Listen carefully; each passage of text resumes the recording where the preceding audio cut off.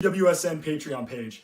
Here we will provide you with the sports betting tips, picks, and information in order for you to become a successful gambler. We have 5 packages that I think really do an incredible job of providing the information tailored to you, what you want, and what your sports betting needs are. For more information, reach out to the TWSN team, but we have a ton of stuff coming your way. Content from fantasy football, sports betting for UFC, NBA, NHL, and of course the NFL. We are so excited to be able to bring this service to you, and let us know if there's any more information you need. Get up, let me begin. This is TWSN. You ain't heard about us yet, well you better know now because it's the place that it all goes down on. Hello everyone and welcome back to the TWSN Tailgate Show on the Right Way Sports Network YouTube channel. My name is Matthew Levine and I am joined by my 2 co-hosts here, Harrison Vapnek, Anthony Ravasio. How are we doing today, guys? Harrison, how you doing? Doing great, Matt. Happy to be back on the show. And we've had a great college football season so far. Some chaotic playoff rankings came out on Tuesday. A lot of really good games today with playoff implications. Can't wait to talk about them. Yeah, same. How you doing, Anthony? Well, chaotic is the understatement. Those rankings were just a bit confusing. If you saw Harrison's YouTube video, he would agree with the same, but we're going to get into it here in a second. Other than that, I am good. It's good. I'm actually getting an extra hour today. It is 9 o'clock compared to 8 here in Arizona.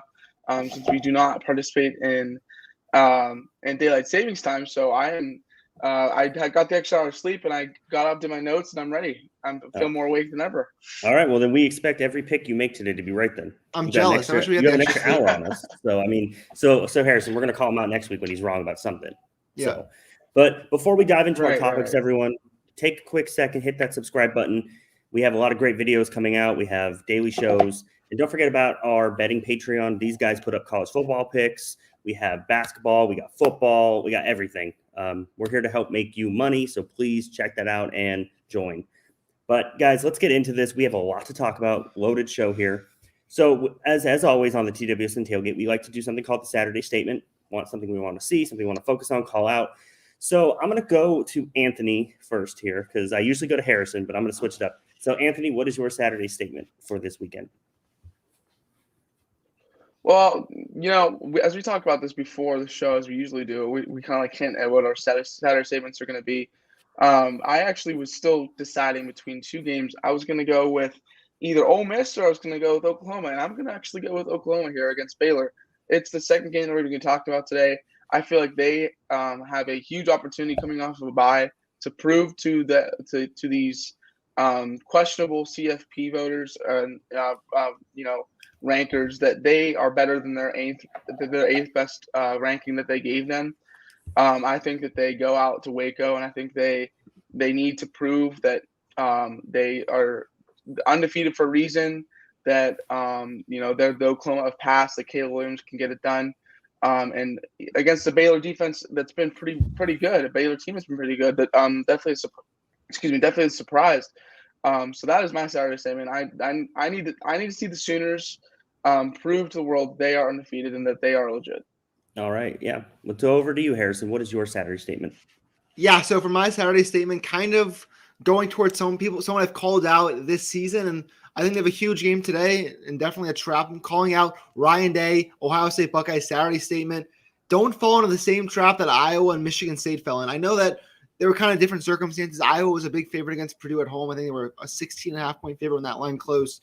Got upset 28-7. Last week, people kind of acknowledged the trap line. I was on Purdue. We hit on that. They crushed Michigan State last week as a 2.5-point dog. Now it's even bigger spread. Ohio State's a 20-point favorite at home against Purdue, who's ranked number 19 in the current college football playoff poll. Ryan Day, you've won 27 straight in the Big Ten. The last time you lost was to these Purdue Boilermakers a little over 3 years ago to the date. I think it was 3 years ago last week that they lost that game down in West Lafayette. Take care of business today. You're 3 more wins away from going back to the Big Ten championship for it feels like the 100th straight year.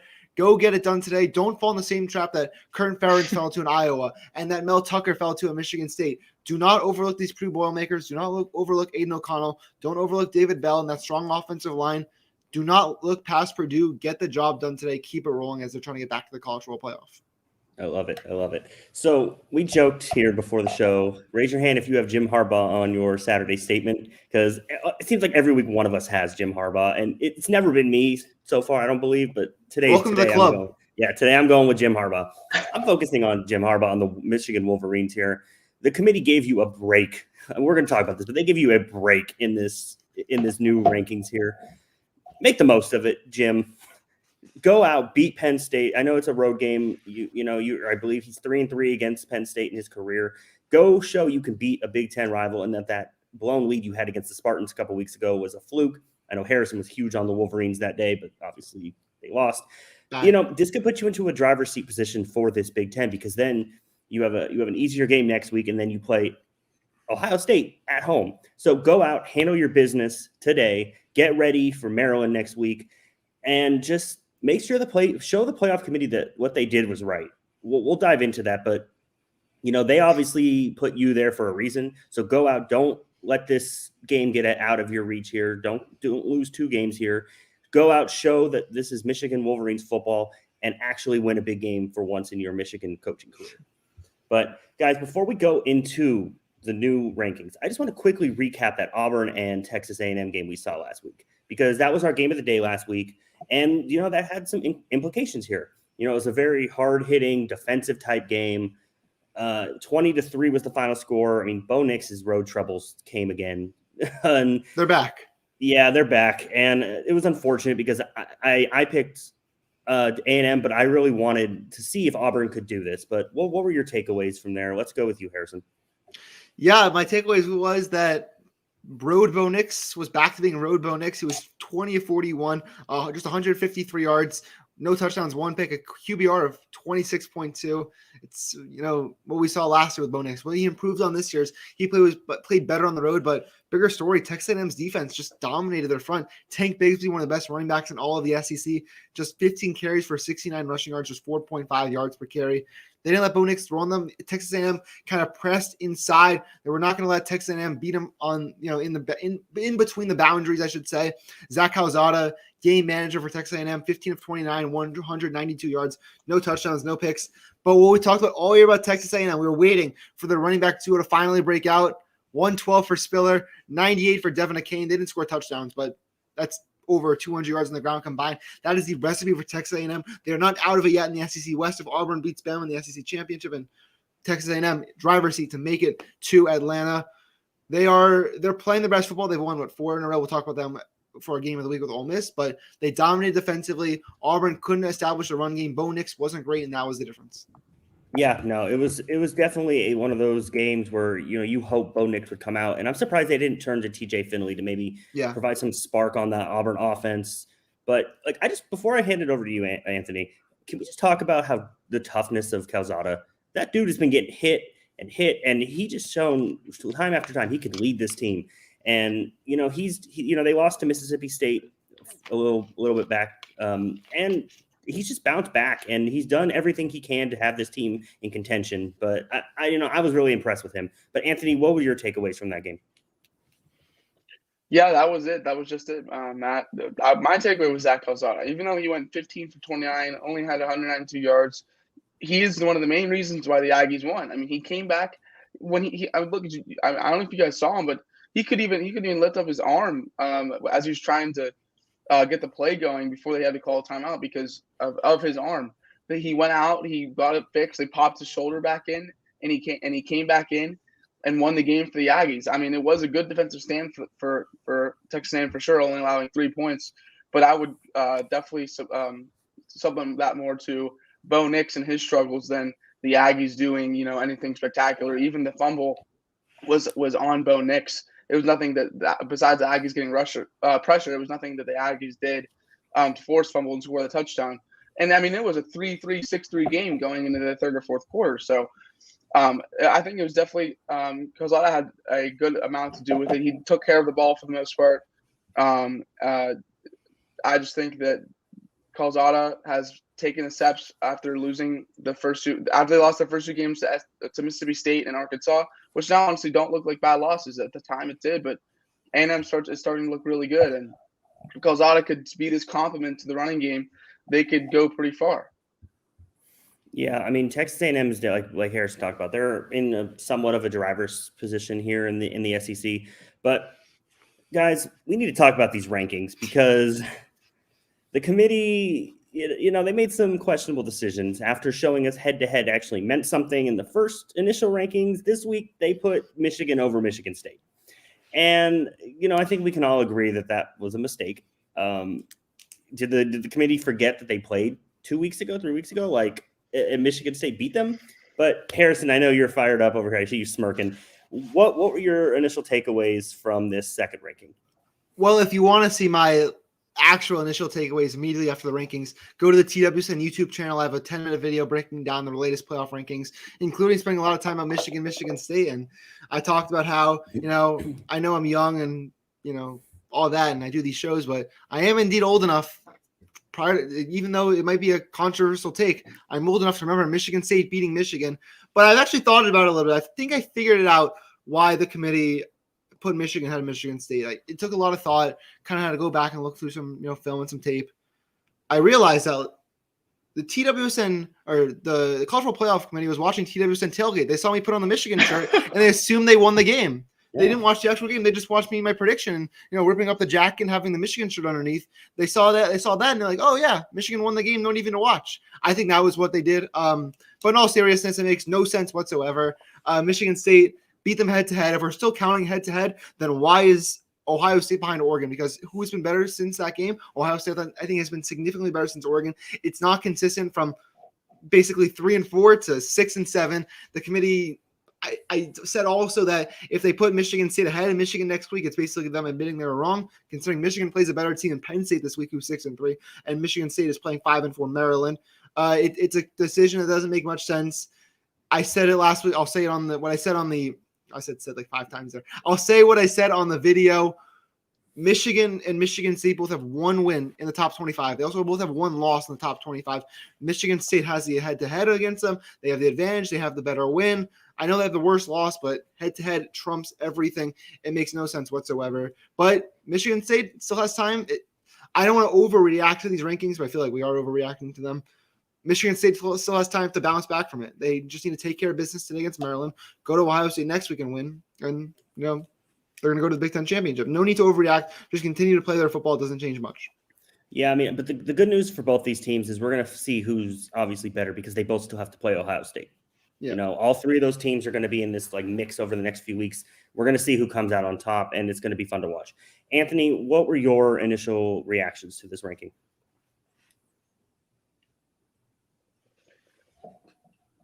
I was breaking up a little bit, but yeah, I mean, everything that Harrison said, I had the same inclinations. I see Michigan State. I'm a Buffalo Wild here in Tempe, and I'm seeing Michigan over Michigan State on the rankings. As we're in between the first 2 college basketball games this season, I'm like, hold on, did they just put Michigan over Michigan State? Our chats on Discord were going nuts. People were like, how is this going on? I checked Twitter. It's like, what's going on? It was definitely a very questionable call to put Michigan over Michigan State. I mean, you can say the Michigan State loss is worse than Michigan's loss, but I mean, Purdue's ranked 19 and they've already beaten Michigan State.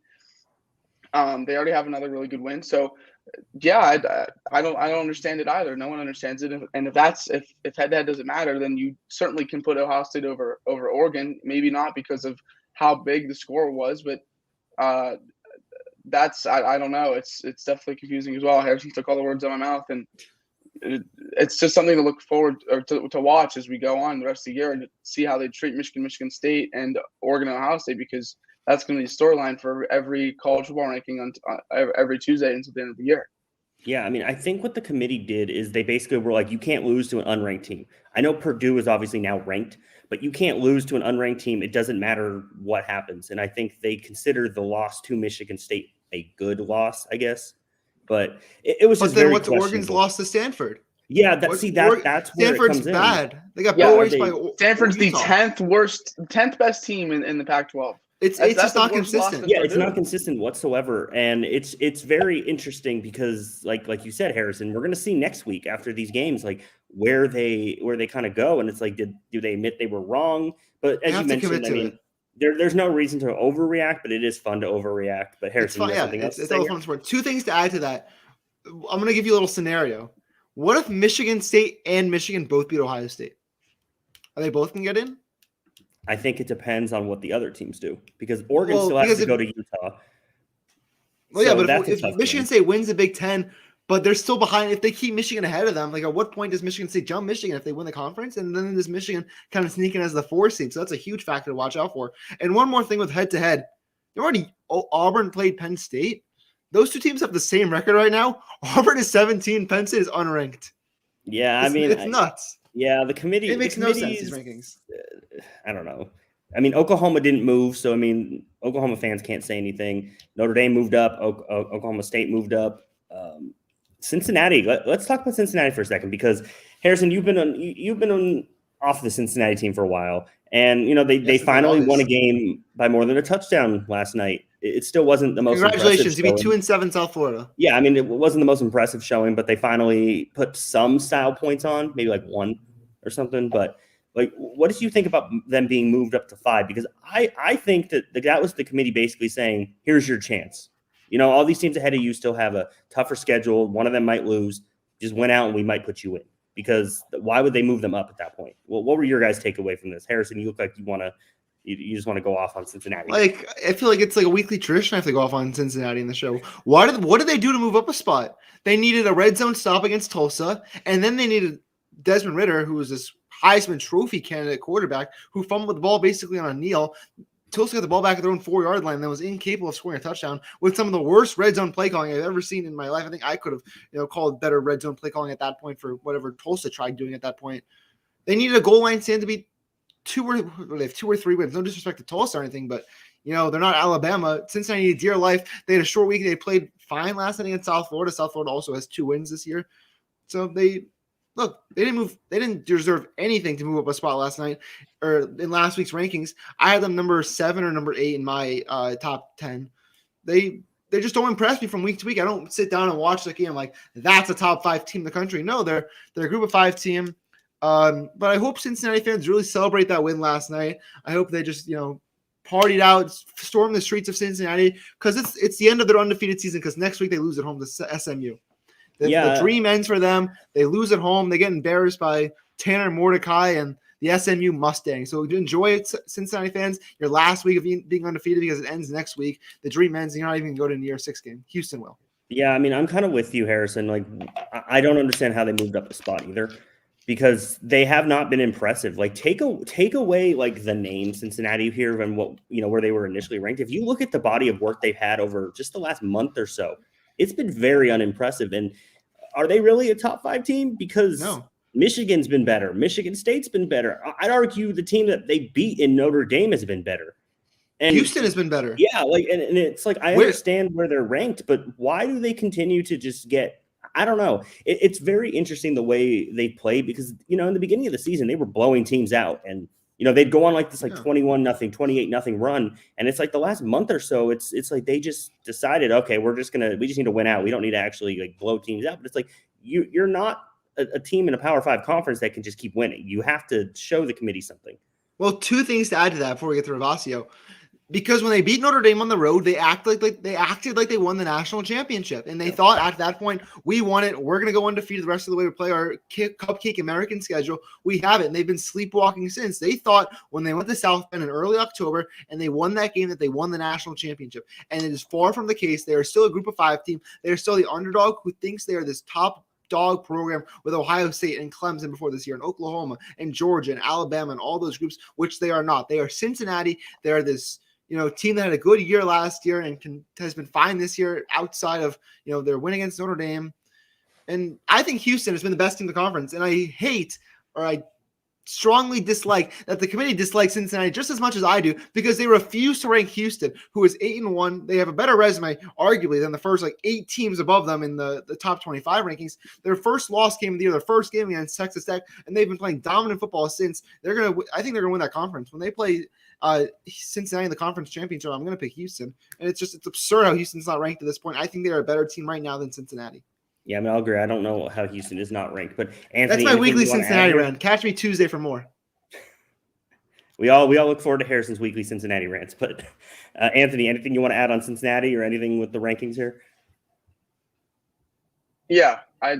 So I mean, obviously, I like Cincinnati at the beginning of the year. I actually wanted them to do well. I thought their defense was going to be, unstoppable. They call themselves the Black Cats, which I thought was really cool. And obviously, Desmond Ridder is someone to root for. I mean, that entire team is someone to root for. As a group of 5 team that doesn't even have good chances to make it in the first place. I mean, it's to me, you get like some sort of inclination to kind of cheer for an outside team to make it, the whole way into the college football playoffs, like the holy grail of the sport, and seeing this, struggle week to week is just, it's agonizing. It's like, it's painful. I mean, you just gave up 28 to USF. I mean, they're 2-8. I don't understand what they're doing. Like, you can make the same argument. Yeah, they're undefeated. Yeah, they should still be in. Well, Oklahoma's still undefeated too, and in a better conference, and they're 8th.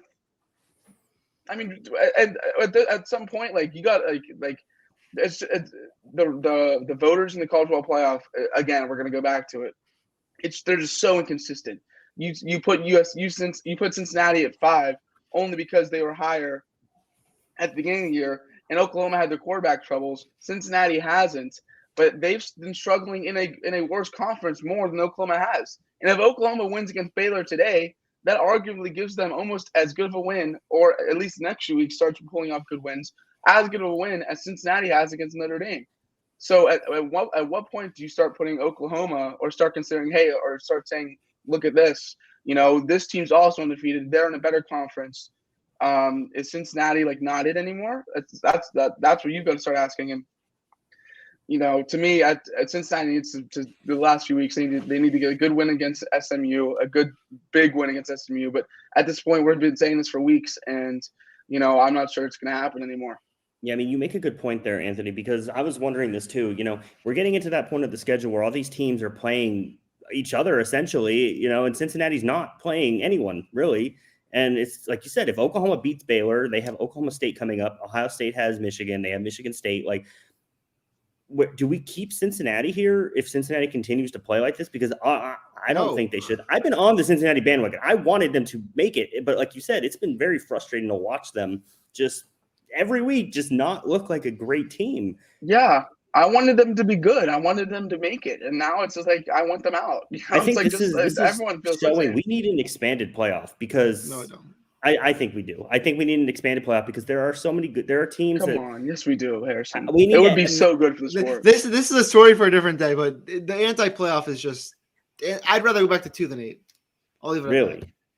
All right. Well, we're gonna have to discuss that on a different show. But before anything else, you guys want to talk about with the rankings here? Because I wanted to give some love to one or two teams before we close. Go ahead. This segment. So UTSA, man, they're finally ranked. Like. Awesome. I love the fact that the committee did this. They're 9-0, I believe. I wanted to see them keep going. Stay undefeated. Let's go. And then also, Harrison, your Utah Utes. They are finally back in. Yeah, I think they might too. They got Oregon next week. It's going to be a fun game down in Salt Lake. And honestly, I was down on the Utes most of the year. But you know what, Harrison? Mr. Mayor over here to Utah. Well, we're going to see. We're going to see what happens with the Utes. But anything else you guys want to touch on with the rankings here? I think we got it all. There's a lot of Cincinnati stuff. At this point, go ahead. No, finish. I spoke enough about Cincinnati. At this point, I want Oregon to lose. I mean, to me, they're just like they're more of a misplaced team than Cincinnati is to me. I don't think they should be at 3. And I think that they've been multiple games away from just slipping up. I think Utah is that game next week. I don't think they should be there. And I think that when they lose to Utah next week, they will show their true colors. I think it's going to be Alabama. I think Cincinnati ends up sneaking in at least for a week or so, and they end up falling out once Oklahoma starts pulling off wins, and Cincinnati can't beat anyone. So. Yeah. Well, the last thing Cincinnati wants to see is me at the Orange Bowl down in South Florida on New Year's Eve.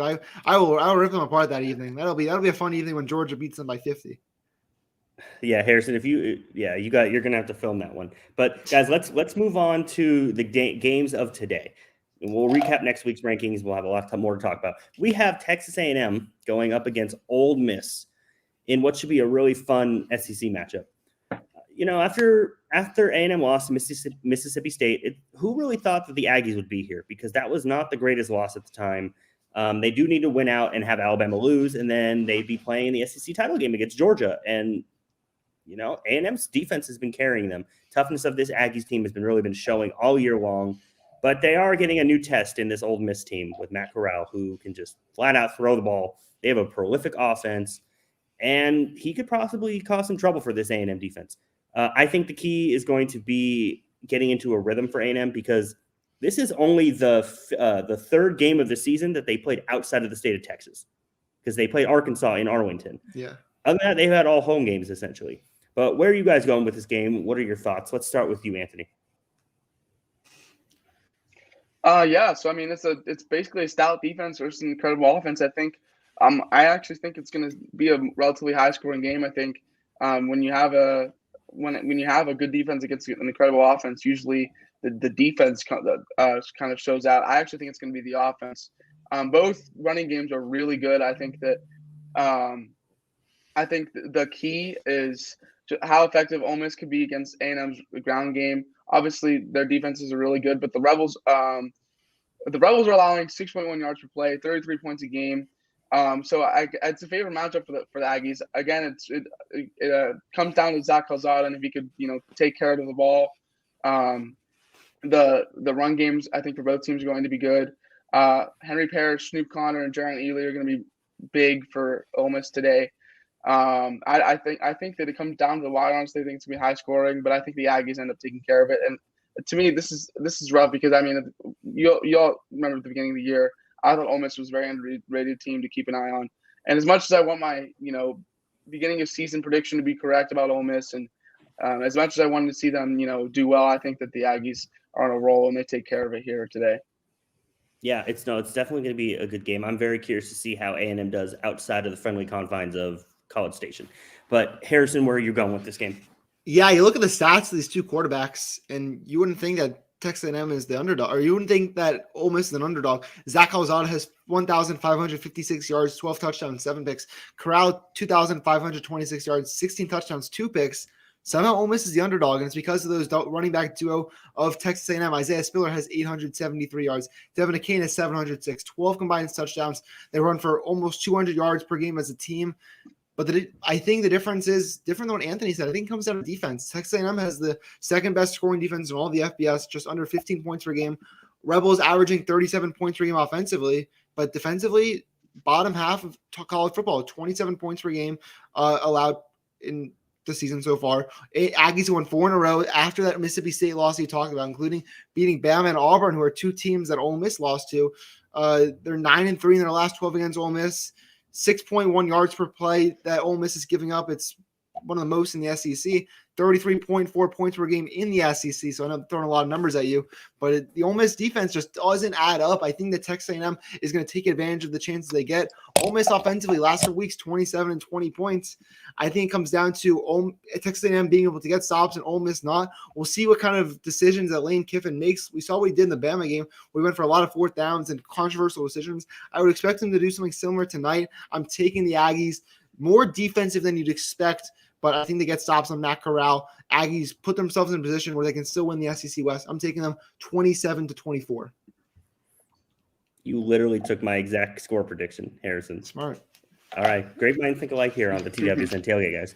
But yeah, no, I'm curious to see how Kiffin's going to attack this. I'm sure he'll come up with some type of a plan. I mean, Kiffin's a good coach, but I'm going with the Aggies as well here. I think that defense is rolling. I think the Aggies are on a roll, and I think they understand they need to win out, because setting up a potential Alabama loss to Auburn, because they beat both Alabama and Auburn. So A&M, this is their last tough game, I'd say, of the season, because they play Prairie View next week, and then they take on LSU the following week.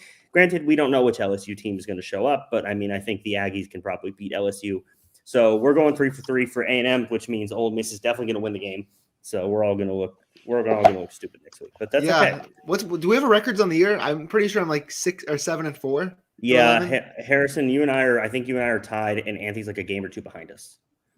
So Oh, he had a little. I lost the last couple. I was on fire. Then two. Michigan and last week Auburn let me down. I know. So let's hope A&M gets us all a win here, guys.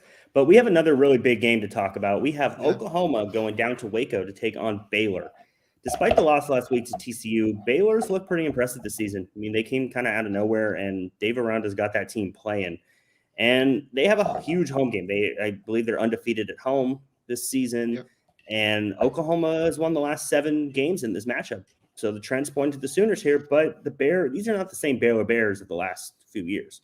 They're averaging 36.3 points per game, and they haven't, like I said, they haven't lost at home. They have the Big 12's top-rated rushing offense, and Oklahoma's defense has been vulnerable at times. So let's see if they can take advantage of that. Harrison, where are you going with this game? Yeah, I know Oklahoma was on bye last week. I just want to remind everyone kind of why they are number 8 in the country. We'd say, Oklahoma's undefeated. They're Power 5. They should be a top 5 team. They're number 8, and it's for good reason. This is what they've done. 12-point win against Kansas, which is basically like a loss. 7-point comeback win against Texas. They're down as much as 21 in that game.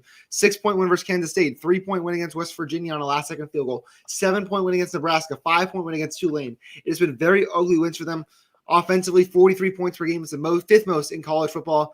But they're playing one of the best defenses in the Big 12. Baylor just giving up 20.6 points per game allowed. It's 28th in the nation, and the Bears run the ball well. Abram Smith, 1,055 rushing yards, 7.3 yards per carry. It's the most in the Big 12. He's going to be the guy to look out for. Treston Ebner is their backup running back, 601 rushing yards. He's more of their pass-catching back. He also averages 6 yards per touch. 500 receiving yards for RJ Sneed, but their top receiver is Tyquan Thornton. He has 42 catches, 722 yards, 7 touchdowns. Oklahoma is going to have a lot of trouble stopping him. Caleb Williams and Kennedy Brooks, we know how good they've been. They're going to have to give it their all today. The receivers, one of them has to step up, either Hasselwood or Williams or Mims. They have to be better than they have. Baylor secondary, their safety duo of Jalen Petrie and JT Woods going to be all over the field. I've kind of gone back and forth with this one, but I'm going to pick the upset. I think Baylor gets it done at home today. You've mentioned undefeated at home this year. They almost did in 2019 twice. First game, they're up 28-3 and blew it. Second game, Oklahoma had to come back and won in overtime to clinch a spot in the college football playoff. I am picking Baylor on a overtime winning field goal, 41-38, high-scoring game, taking the Bears. Their run game carries them. Oklahoma's defense lets them down to knock them out of the playoff race. Yeah, I mean, as you said, Oklahoma's defense has been, like I said, they've been vulnerable, and they're giving up 8 yards per pass attempt this season. I know the Bears don't rely on the passing game too much, but you could exploit that. If I'm Baylor, I'm attacking that a little bit. And yeah, like Anthony talked about, the Sooners, they need to come out and show out in this game, essentially, because the committee basically told them you don't have a real win this year by putting them at 8, even though they're undefeated. And Caleb Williams has been a difference maker for this team, but we're going to see this is the tough part of the schedule for the Sooners team. But Anthony, I know you and I were both high on the Sooners coming into the season. So where are you going with this game, and has your outlook on the Sooners changed? Let me answer the second question first. Yeah, my outlook of the Sooners have definitely changed. Obviously, you and I had them, I think, at number 1, right, Matt? We did, yeah. You had them. Yeah, we had them both. Not me. Either Alabama or Georgia. Oklahoma's definitely, to me, a different team than what they showed, at the beginning of the year when they almost lost to Tulane and, when they had a lot of those other close games with the Rattler. I like Caleb Williams a lot. I think that he's kind of changed the dynamic of the offense a little bit, even though him and Rattler kind of play, similar, play styles at quarterback. I do think that he's given the Sooners like new juice, a new swag, sort of say, maybe. I think that Oklahoma goes into Baylor and wins this game. I actually think that Baylor has kind of peaked already. They had a really bad loss to TCU last week against their backup quarterback, Chandler Morris. He threw for 461 yards last week. It was and 2 touchdowns and 29-41 passing. It was not a good look for Baylor at all. And it made this line a little closer. I think it's now at 3.5 for Baylor. I actually am going to take Oklahoma on this line this week.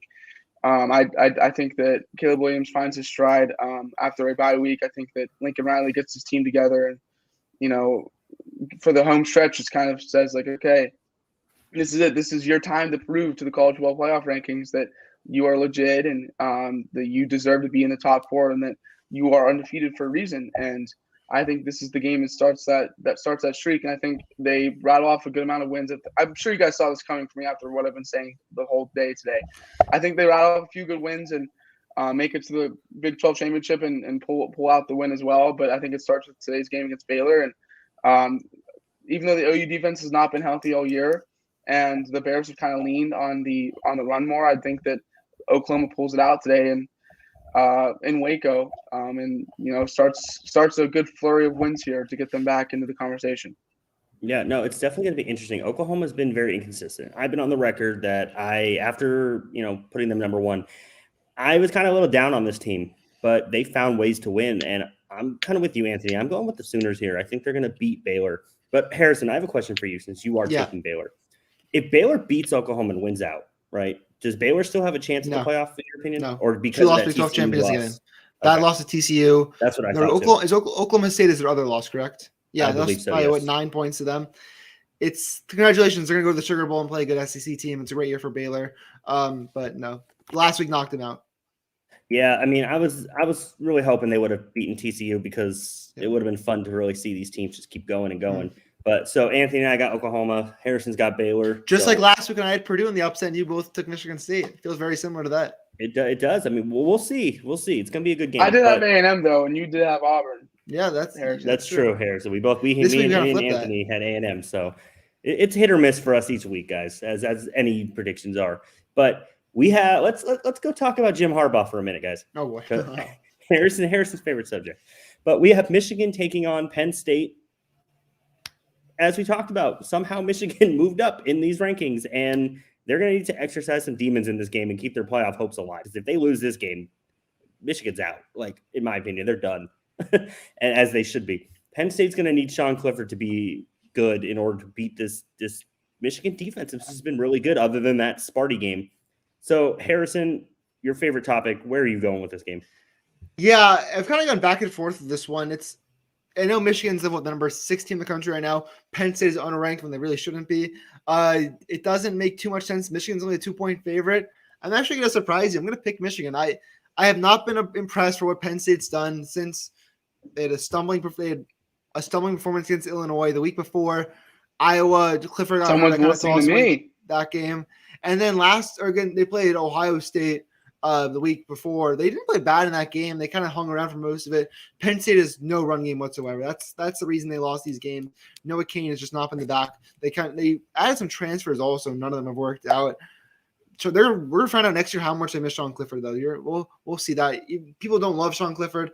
They're gonna miss him a lot next year. I think Michigan kind of figures it out today. I know they had a good performance last week against Indiana, but it was also Indiana. Hassan Haskins is gonna run all over Penn State, 821 rushing yards for him this season, 11 touchdowns. Caden McNamara, another solid game against the Penn State defense. It's been very up and down. Penn State's got to force turnovers. They need Jaquan Dotson, who's a receiver. Jaquan Brisker, I should say. I'm getting Dotson and Brisker confused, doing too much draft prep. Joey Porter Jr. has been fantastic. They need him to make some big plays. Got to apply some pressure on McNamara. It's not the night whiteout thing, but still playing on the road at Happy Valley. It's going to be a tough game. I like Michigan. Very close, 34-30. All right. Yeah, no, it's definitely it's going to be one of those like grinded out games, I feel like, because I think Penn State being at home is going to give them a little bit of a boost. It's not the night game, but their fans still get up for these games. But Penn State has struggled to shut down the run, which is something Michigan has been very good at this season. So I don't know. We're going to see. Anthony, where are you going with this? Yeah, so someone's kind of listening to my Penn State hate a little bit. Yep. These last 2 weeks, Harrison. I was on the Penn State hate train the whole year, and then I kind of backtracked a little bit when they beat Auburn in the whiteout game. I actually think that was more due to maybe the quarterback play for Auburn, which I thought would end up be the reason why Auburn would win the game. But yeah, I'm not high in Penn State at all either. Actually, it's not the whiteout game, but it's called the stripe game, where it's not blue and white stripes around the entire stadium. It's one stripe of blue down the middle of the stadium to represent the Penn State helmet, and the rest of the stadium is going to be white. That's weird. So, I mean, it's a little weird. It's actually I know a lot of my Penn State friends are kind of memeing it a little bit, but nonetheless, it is still, I guess, a quote unquote special game. I mean, it's a special game. Michigan's number 5 in the rankings, but yeah, number six. But it should be 5. Cincinnati. Yeah. Continue, Anthony. That's another conversation. Yeah. But you're right about the offense. So not only does Penn State not have a good rushing offense, their rushing defense is arguably worse. And Michigan, is one of the top teams in the Big Ten or even in the nation in rushing yards with Hassan Haskins and Blake Corum, giving Michigan a powerful 1-2 punch. They've let 4 teams, Wisconsin, Auburn, Illinois, and Ohio State, rush for at least 160 yards against them. And Michigan should easily join that list, and that should be the game plan this week for the Wolverines. But as we've talked about and as we've gotten into it, Jim Harbaugh is, going into Penn State, ranked. It's kind of a little of a question for Harbaugh if he could actually do it, pull it out. It's honestly the whole reason why Penn State's even being considered at this point, because of Harbaugh's ineffectiveness against Big Ten teams on the road. But I do think that Michigan pulls it out. As long, maybe if it's close, it doesn't matter. As long as they win, for me, it's good enough.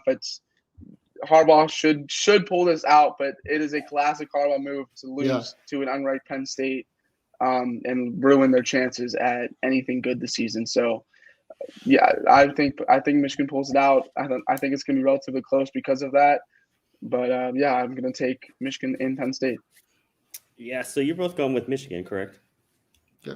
Yeah, I'm not making that mistake. Not this week. I'm not making that mistake again. I'm going with Penn State here. Penn State has a chance to play spoiler here. They got Michigan. They got Michigan State in a few weeks. I'm not saying they're going to win both games. I think they win today, though. This is a classic Jim Harbaugh day. I know I called him out earlier, but this is a classic Jim Harbaugh day. I'm taking Penn State to win this game by a field goal. I'm sorry, Anthony. I know you don't want Penn State to win, but I'm taking Penn State. I'm not trusting Jim Harbaugh again until he proves something to me. So give me Penn State in a close game because I just don't trust Michigan. After what I saw against Sparty, I don't trust them. They blew that double-digit lead. They should have won that game. But we're going to see. We'll see. This is a big game for Michigan, and we'll see if Jim Harbaugh can exercise some demons here. But we have another Big Ten matchup that we want to talk about. Harrison's Purdue team going up against Ohio State team in Columbus. Yeah, you've been on Purdue all year, Harrison. Give him credit where credit's due. But Purdue, once again, took down the top 5 team last week, and they have another chance to do it here, this time on the road as they did in Iowa.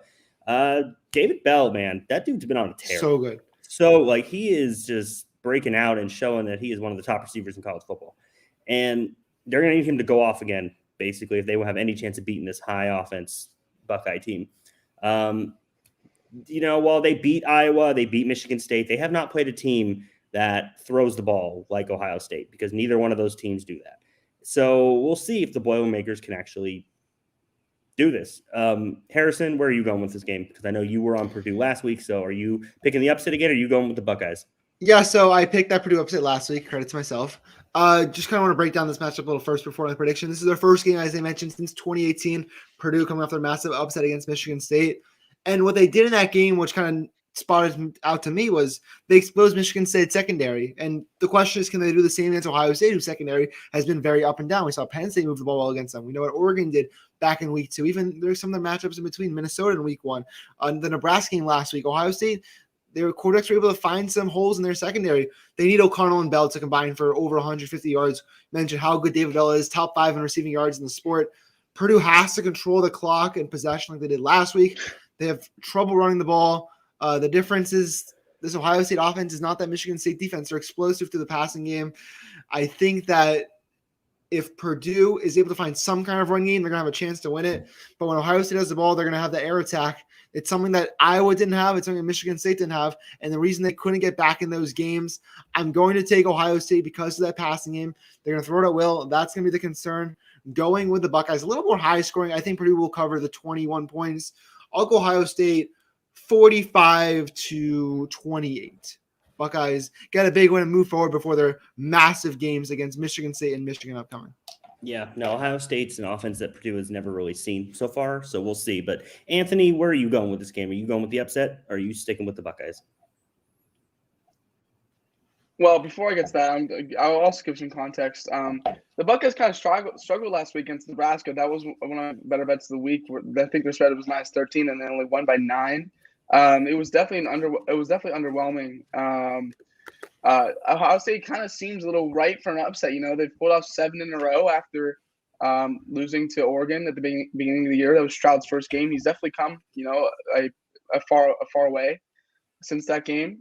But I think that Ohio State does pull this out. I feel like Ryan Day and anyone else that's still there from 2018 remembers that Purdue game and how the embarrassment that it felt in Ohio State. So I definitely feel like it's a revenge game here. Even one of the players even said everyone knows it was a big loss. It kicked them out of the college football playoff conversations kind of in 2018. I think a big matchup here to watch is Ohio State's defense against Purdue's passing game. If Purdue wants to pull up any upset, I feel like they're going to have to throw the ball a lot. The Boilermakers averaged 335 yards a game. It's the 8th best in the country. Their quarterback, Aiden O'Connell, who looked really good last week, really good the last few weeks now, has averaged 343 yards per game in the last 5 contests. And we talked about David Bell. He just eclipsed 1,000 yards. He's one of the first few Purdue receivers to do that. In the upsets of Iowa and Michigan State, Bell combined for 22 catches, 457 yards, and 2 touchdowns. So almost half of his yards have come in these last 2 games that they provided an upset for. So I feel like the key here is getting David Bell the ball, letting him make plays, and if they want any chance to beat Ohio State, I think this is how they're going to have to do it. Unfortunately, I do think Ohio State pulls it out. They're at home, and it's a revenge game. I like the storyline. I think that Stroud picks up his game from last week. Even though he didn't really have a terrible game, he didn't look too hot, and it was Nebraska. I do think that Ohio State pulls it out here. I think they win by 13 or more. I'm going to go 35-21. Yeah, I mean, but the thing is, a lot of teams have struggled with Nebraska. Nebraska hasn't won the game, but a lot of teams have struggled with Nebraska. Nebraska seems to be that kind of team that, they'll fight, they'll play hard, but they don't win. And Ohio State fell victim to that as well, but good on them to come out with the victory. But I think Purdue's going to get yards. They're going to get theirs. They'll keep this game interesting. But like you said, Ohio State remembers that loss in 2018. They're coming for revenge here. And, I'm taking Ohio State to win 37-24. That's a cover. I just think Ohio State's the better team, and I don't think they're going to fall victim.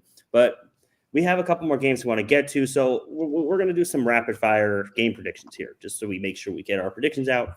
We're going to start with NC State taking on Wake Forest. Harrison, let's go over to you first.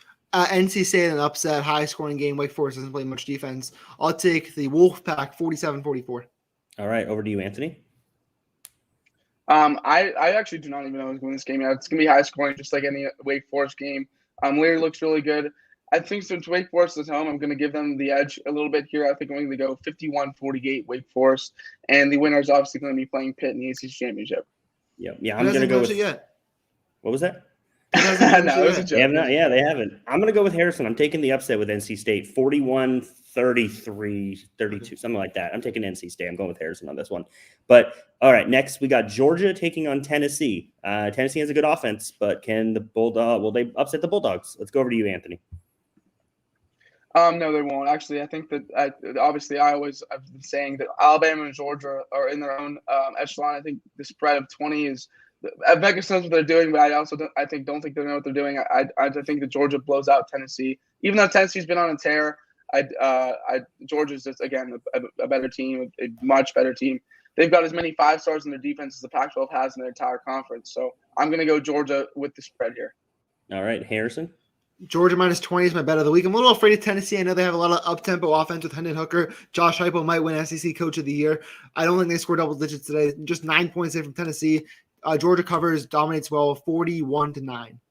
Yeah, I mean, I'm going to take the Bulldogs here as well, but I do think this game could be a little closer than people think because Tennessee's offense is good, and the Bulldogs have not had to really score. Like, they've been up a lot by the time the middle of the game happens. So, but I'm taking Georgia 38-20. I think they're gonna keep their undefeated season alive. We have a couple more games here. We have Mississippi State taking on Auburn. Let's go over to you, Anthony. If Anthony's not frozen. Oh, did you say me? Sorry, I thought you said I've been. Yeah, Mississippi State going to play Auburn. Yeah, I actually like Mississippi State in this game. Yeah, I like Mississippi State in this game. I like Will Rogers a lot. I think they go into Auburn and kind of shock the crowd a little bit. I think Will Rogers is one of the better quarterbacks in the SEC. He's clearly better than Bo Nix, and I think they go and shock the Tigers a little bit today in Auburn. All right, Harrison. Auburn, bounce back game at home. Bo Nix plays well, 3 touchdown passes for him, 31-17 Tigers. Yeah, I'm going with Auburn as well. Next, we have Washington State traveling to Eugene to take on Oregon. I'm going over to Harrison here first. Slow first half for Oregon. They're going to look a little ahead of Utah next week. Full bounce back second half. They win at 41-17. All right, and Anthony? Yeah, I like Oregon too. Washington State kind of has some momentum after a quote unquote good Arizona State win. At least that's what I think. But I think Oregon takes care of business here. I don't think Washington State is all that good, especially without a head coach. I'm going to take Oregon here in Eugene. And I'm going with Washington State. I'm going with the upset No pick way. here. I'm going with Washington State here. I'm going with Washington State, guys. All three of us wins. haven't been on one game, I don't think, since we've been doing this. I know. 4 straight wins for Washington State in conference, including Stanford, who beat Oregon. And Washington State's coming off a bye. And you know what? I think Oregon's going to slip up at some point, and this seems like the perfect game to do it. Next week. Yeah, I hope so, because they should not. It could happen next week too. I'm taking Washington State today. I don't like to do this, but I'm taking Washington State. But let's go on. We have Notre Dame and Virginia for our last prediction game here. Let's go over to you, Anthony. I actually like Virginia here. I think Notre Dame's one of those teams where they should not be in there. They've had quarterback struggles. I think Virginia is kind of on the come up a little bit too as well. Pitt, for the ACC, Virginia's got to still have. You guys actually did say that Pitt has not clinched yet. It's actually because of Virginia. They still play Virginia, and that's going to be a big game coming in the next few weeks. I do like Virginia here. I think they get a great win against Notre Dame, who I don't think is all of that. I don't think they are deserving the number 9 overall ranking. So I'm going to take Virginia here at home, and they play spoiler to Notre Dame and their college football playoff hopes. Yeah, Cincinnati fans are not going to like that. But Harrison, over to you. Anthony's just trying to hype up Pitt so when they have a big win against Virginia, you can try to make them argue they should make the playoff. I was talking to someone about this game this week. This person who makes these huge parlays. They're asking me what they thought of Notre Dame, and I said that Virginia plays basically as much deep. Virginia has a great offense, even though Brendan Armstrong's a little banged up. But they play as much defense as if TWSN put together a team to try to stop Notre Dame. The Virginia defense is one of the worst in all of college football. We saw BYU put up like 50 points and a half against them. Notre Dame's going to move the ball at will. It's going to be light work for them. It's going to be high scoring-ish. Brendan Armstrong, I know he's hurt, still going to put up some points. Notre Dame puts up 63 points, 63-48 win over the Cavaliers. Yeah, I mean, don't Jack Cohn, 63 points. We could get a team Kyron together. Williams, 63 points. Harrison, we can get a team together from our TWSN guys. Yeah. We could do it. I think we could maybe get 3 points. Probably just as good as there you go. Talk about Cincinnati again. And if Always we play bringing up Cincinnati's schedule, maybe we could win 8 games. Cincinnati is not even in this conversation. You're bringing up Cincinnati on accident. But I'm going with Notre Dame as well. Notre Dame's going to win this game, and they're going to keep their playoff hopes alive. But guys, any games that we think that people should keep an eye on, fun games we want to talk about quickly here? Let's go over to you, Harrison, since we usually steal yours. Oh yeah, Harrison had to go first because I took his last week. I'm actually. There's no way you picked this one. Utah's at Arizona today. Arizona got their first win last week against Washington, I believe. Yes. This is Utah back in the top 25, number 24 in the country. Huge game next week at home against Oregon, I should say. Prime time game. That's probably gonna be the biggest game on ABC that night. I like Utah. They're in the driver's seat to win the South after Arizona State's second half season collapse. Sorry, Ravasio. Utah, they're making their way up there. Keep an eye on them. They're Look at this Utah propaganda that Harrison's. I'm the mayor of Salt Lake City right here. When we lift up the road, you gave up the key, so I don't. You're the mayor, but you gave up the key. But Anthony, where are you going here? I cannot believe you just chose a game that features the Arizona Wildcats. Even though it's, I mean, come on. Yeah, they won a game finally. Well, I always steal yours. I wanted to go bold this week. All right, well, I felt thank bad. God I let you go first because I have the better picks here. I'm going to go with Miami and Florida State. I like Tyler Van Dyke a lot. He's done pretty well, and Florida State's kind of shown that they could be pretty good the last few weeks. They've gotten a lot of their offensive line back, so I'm definitely starting to be in games. It's at Florida State. I want to see how Tyler Van Dyke does in a good crowd because Miami and Florida State always produces good games. So I'm going to go with Miami, but I think Miami-Florida State's going to be a great game this week, a great underrated game. Excited for it. No, that's definitely going to be a good one. But I'm going with TCU and Oklahoma State. TCU is coming off that huge win last week. Let's see if they can take down another ranked opponent. I mean, this time it's not at home. I think Oklahoma State's going to win the game, but I think it could be a high-scoring-ish game, maybe like in the 30s, which is high scoring for Oklahoma State. But it's going to be a good game. But anything else we want to touch on here before we wrap this up, guys? Nope, just another great week of college football coming up. We have the playoff rankings. I'm another video out on Tuesday. I'll be back here on Tailgate next week. Not from this side. I'm actually going to be in Atlanta, home of the national champion Georgia Bulldogs. Probably be on some kind of scene for that, but it should be fun for that. Yeah, it's definitely going to be a fun weekend of college football, but we're going to get out of here, guys. So thank you, everyone, for joining us again. Make sure you check out that Patreon betting service we have. We're here to make you money. Harrison is here to make you money for college football. Anthony's here to make you money for college football. So listen to them. We hit on a lot of our bets. It's crazy the amount of bets we hit on as a company here. But thank you for joining us. Enjoy the rest of the weekend. Enjoy all the college football. Look out for Harrison's video next week. I will be posting a recap article on the TWSN website as well for the rankings. But we look forward to you guys joining us next week for another episode of the TWSN Tailgate. Have a great weekend, everyone. See ya.